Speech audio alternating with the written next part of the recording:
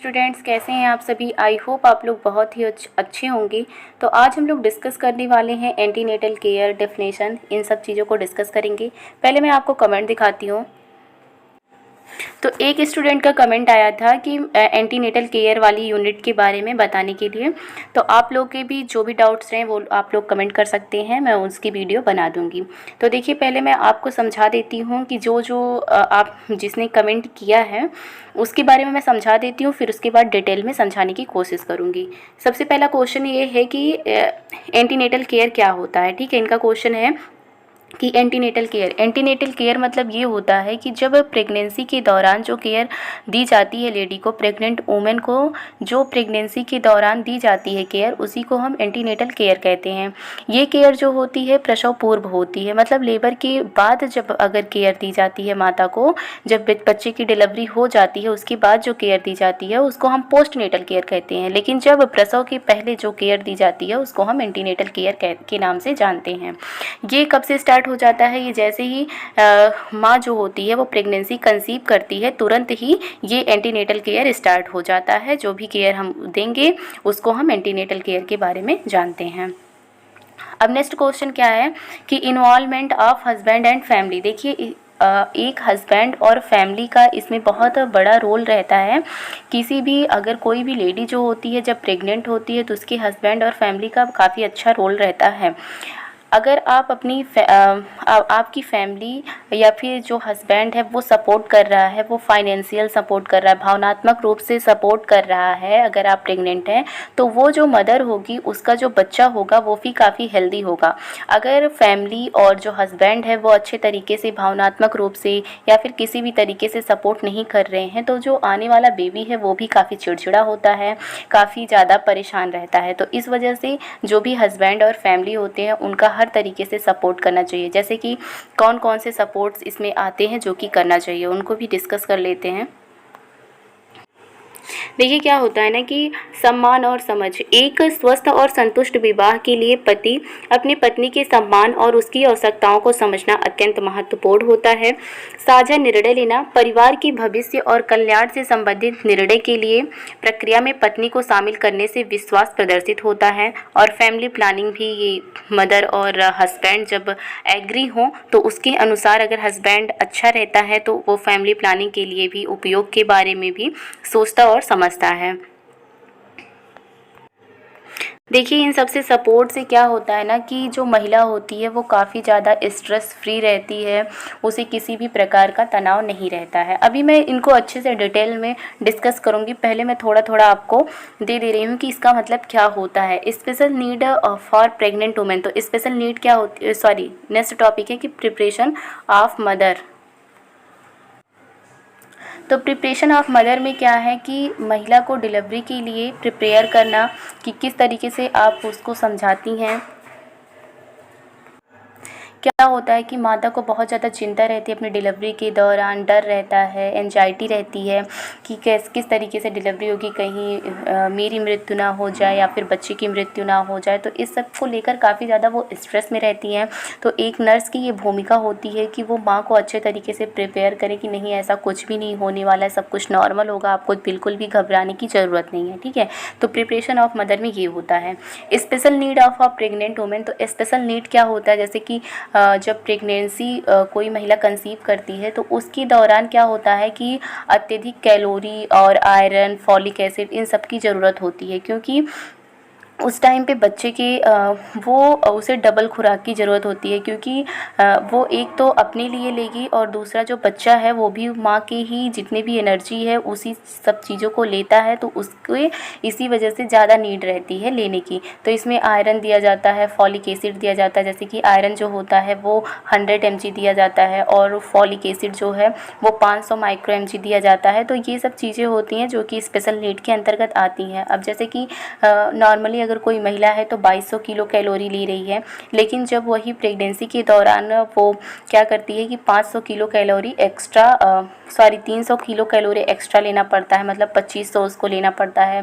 फिर जब वो माता बन जाती है लैक्टेशन के दौरान उसे 500 एक्स्ट्रा लेना पड़ता है, मतलब 2700 किलो कैलोरी की ज़रूरत पड़ती है। तो यही सब चीज़ें होती हैं special need of a pregnant women. अब हम इनको अच्छे से डिटेल में जानते हैं। ठीक है, तो देखिए गर्भावस्था जो होता है ना वो महिला के लिए एक विशेष तथा अत्यधिक महत्वपूर्ण पीरियड होता है, ये आप लोगों को भी पता है।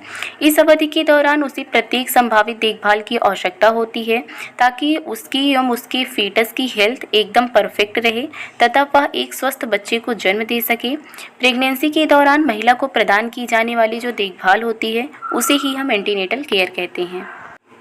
अच्छा, बात आई है फीटस की, तो एक चीज़ आप लोग नोट कर लेना, 8 वीक के बाद जो बेबी रहता है ना उसको फीटस कहते हैं और 8 वीक के पहले अगर पूछे तो उसको एम्ब्रियो कहते हैं, ठीक है। तो मैंने पहले ही बताया कि प्रेगनेंसी के दौरान जो भी केयर दी जाती है उसको ही एंटीनेटल केयर कहते हैं। प्रसव पूर्व देखभाल की परिभाषा क्या होती है उसको भी जान लेते हैं। तो प्रेगनेंसी के दौरान महिला को प्रदान की जाने वाली नियमित देखभाल ही प्रसव पूर्व देखभाल कहलाती है। महिला को यह देखभाल प्रेगनेंसी की शुरुआत से लेकर लेबर के शुरू होने तक प्रदान की जाती है। मतलब प्रेगनेंसी स्टार्ट हुआ तब से लेकर जब तक उसका लेबर होता है तब तक जो केयर दी जाती है उसको ही एंटीनेटल केयर कहते हैं। प्रसव पूर्व देखभाल के इसके उद्देश्य क्या होते हैं, ये क्वेश्चन काफ़ी इंपॉर्टेंट रहने वाला है, उद्देश्य पूछ लिया जाता है। तो प्रेगनेंसी के दौरान महिला के स्वास्थ्य को सुरक्षित रखना और उसे बढ़ावा देना, ये उद्देश्य है इसका मेन पर्पज। और जो हाई रिस्क प्रेग्नेंट वुमेन की पहचान करना तथा उन पर आवश्यक ध्यान देना।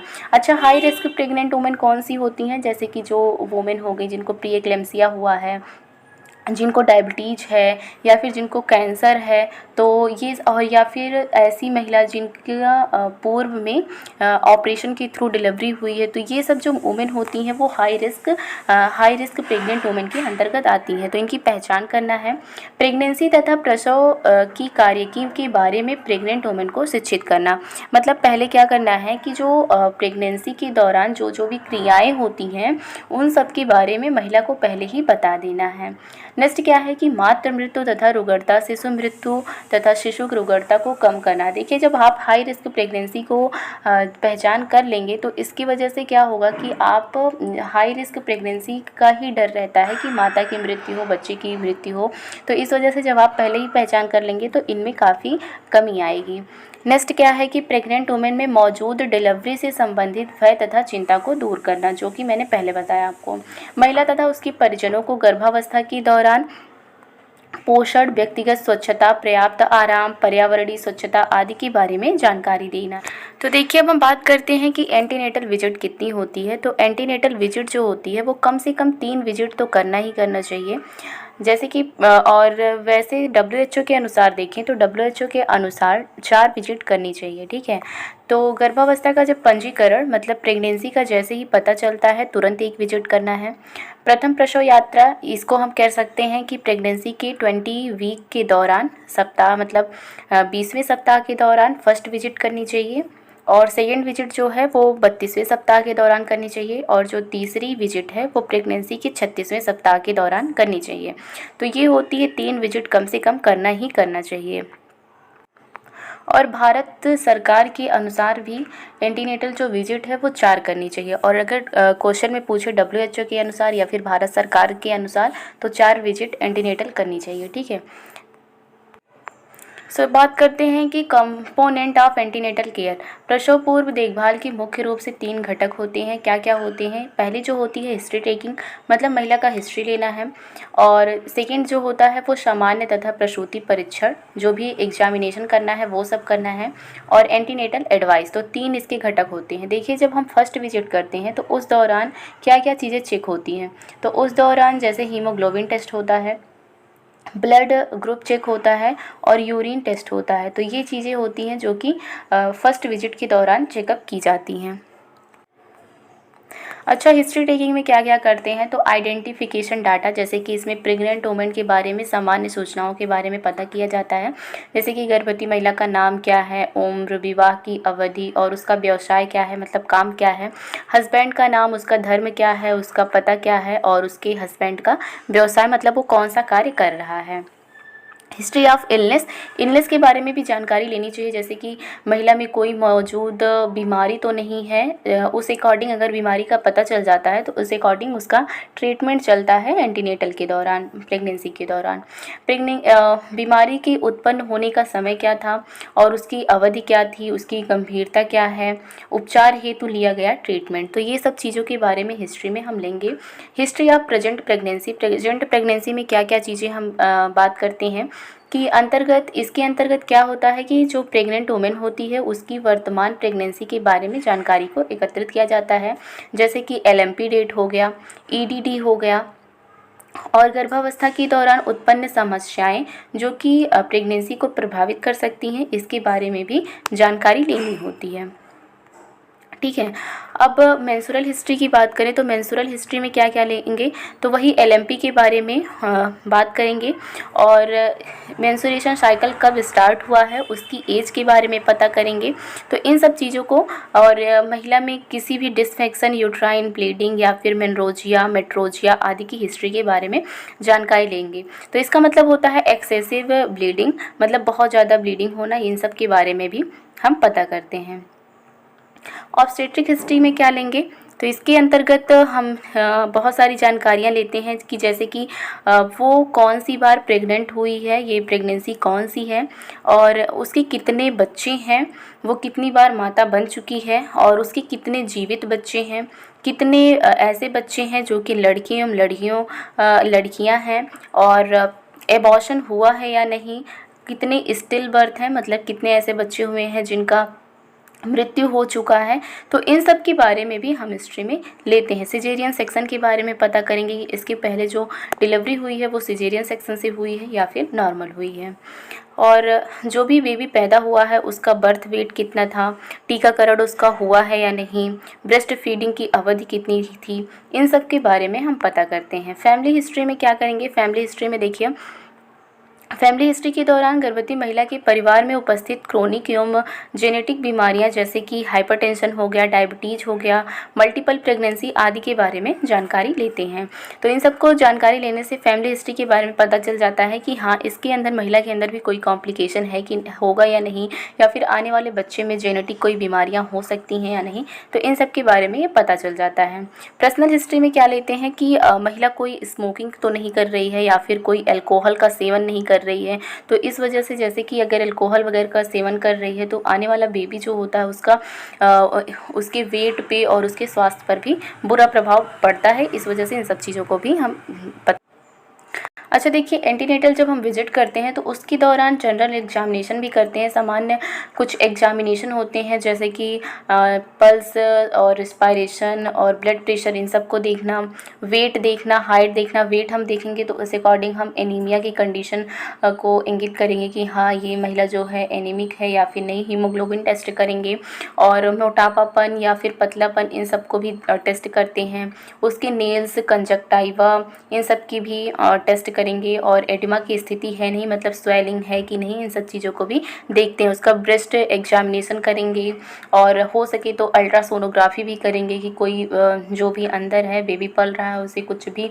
प्रॉब्लम तो नहीं है। तो इन सब चीज़ों को भी हम देखते हैं। आई वगैरह देखेंगे, यूरिनरी सिस्टम का टेस्ट करेंगे, मतलब कम्प्लीटली टेस्ट करते हैं। अब देखिए, जो प्रसव पूर्व होता है, मतलब एंटीनेटल केयर के दौरान हम कुछ सलाह भी देते हैं माँ को, बच्चे को और उसकी फैमिली को। तो क्या क्या आहार संबंधी सलाह देंगे, जैसे कि प्रेगनेंसी के दौरान महिला को अपनी सामान्य डाइट से अधिक डाइट लेना चाहिए, जो कि मैंने पहले ही आपको बताया। और प्रेगनेंसी के दौरान महिला को प्रतिदिन 300 किलो कैलोरी अतिरिक्त लेनी चाहिए, ये भी मैं आपको बता चुकी हूँ। तो किस तरीके से क्या चीज़ें लेनी है, उनको एक सारणी के थ्रू देखते हैं। देखिए, एक सारणी है, इसके अनुसार हम देखेंगे कि किस तरीके से लेना चाहिए। अगर पोषक पदार्थ की बात करें, मतलब ऊर्जा की बात करें, अगर सामान्य अवस्था है तो 2200 कैलोरी, अगर प्रेगनेंसी की अवस्था है तो 2500, मतलब प्लस 300 ऐड हो जाता है। और अगर किसकी लैक्टेशन की बात करें तो वहाँ 2700 हो जाता है। लेकिन अभी हमें एंटीनेटल केयर की बात कर रहे हैं, तो हम एंटीनेटल केयर तक ही देखेंगे। इसमें क्या होगा कि कार्बोहाइड्रेट, प्रोटीन, वसा। तो कार्बोहाइड्रेट से भी हमें एनर्जी मिलती है, प्रोटीन से भी एनर्जी मिलती है, और वसा से भी एनर्जी मिलती है। बात करें कार्बोहाइड्रेट और प्रोटीन की तो 4 किलो कैलोरी मिलती है इसमें, और वसा में 9 किलो कैलोरी मिलती है। ठीक है। बात करें कि कैल्शियम की, तो कैल्शियम जो होता है ये प्रेगनेंसी के टाइम पे 1000 मिलीग्राम की आवश्यकता होती है, और अगर नॉर्मल है कोई तो 400 से 500 में ज़रूरत उसकी पूरी हो जाती है। अच्छा, ये कैल्शियम मिलता कहाँ कहाँ से है, तो दूध से या फिर दूध से बने कोई भी खाद्य पदार्थ हैं तो वहाँ से हमें कैल्शियम मिलता है। आयरन, तो आयरन अगर नॉर्मल एज है तो कोई भी प्रेगनेंसी नहीं है तो 18 से 20 मिलीग्राम, और अगर प्रेगनेंसी है तो 40 मिलीग्राम। ये आयरन कहाँ से मिलता है, तो अनाज हो गया, गुड़ हो गए, हरी पत्तेदार सब्जियां हो गई, इन सब चीज़ों से मिलता है। वहीं जिंक हो गया, तो जिंक वैसे नॉर्मल है, नॉर्मल स्टेज है तो 12 मिलीग्राम, और प्रेगनेंसी है तो 15 मिलीग्राम, मतलब +3 ऐड हो जाता है। और ये कहाँ से मिलता है, ये मांस हो गया, अंडा हो गया या समुद्री खाद्य पदार्थ हो गए तो यहाँ से मिलता है। फॉलिक एसिड जो होता है ये मोस्ट इम्पॉर्टेंट रोल निभाता है, फॉलिक एसिड और आयरन। तो फॉलिक एसिड इस वजह से ज़्यादा ज़रूरी होता है क्योंकि ये जो बच्चा होता है उसमें न्यूरल ट्यूब डिफेक्ट को रोकता है, इस वजह से ये ज़्यादा ज़रूरी होता है। तो नॉर्मल स्टेज होता है तो 20 माइक्रोग्राम की ज़रूरत होती है, वहीं अगर प्रेगनेंसी है तो 400 माइक्रोग्राम की आवश्यकता होती है। इसी वजह से क्या होता है कि 500 माइक्रोग्राम की जो टैबलेट होती है वो भी दी जाती है फीमेल को एक्स्ट्रा। ये वैसे नॉर्मली कहाँ कहाँ से मिलता है, तो पत्तेदार सब्जियां हो गई, अंडे हो गए, दूध हो गए, इन सब चीज़ों से मिलता है।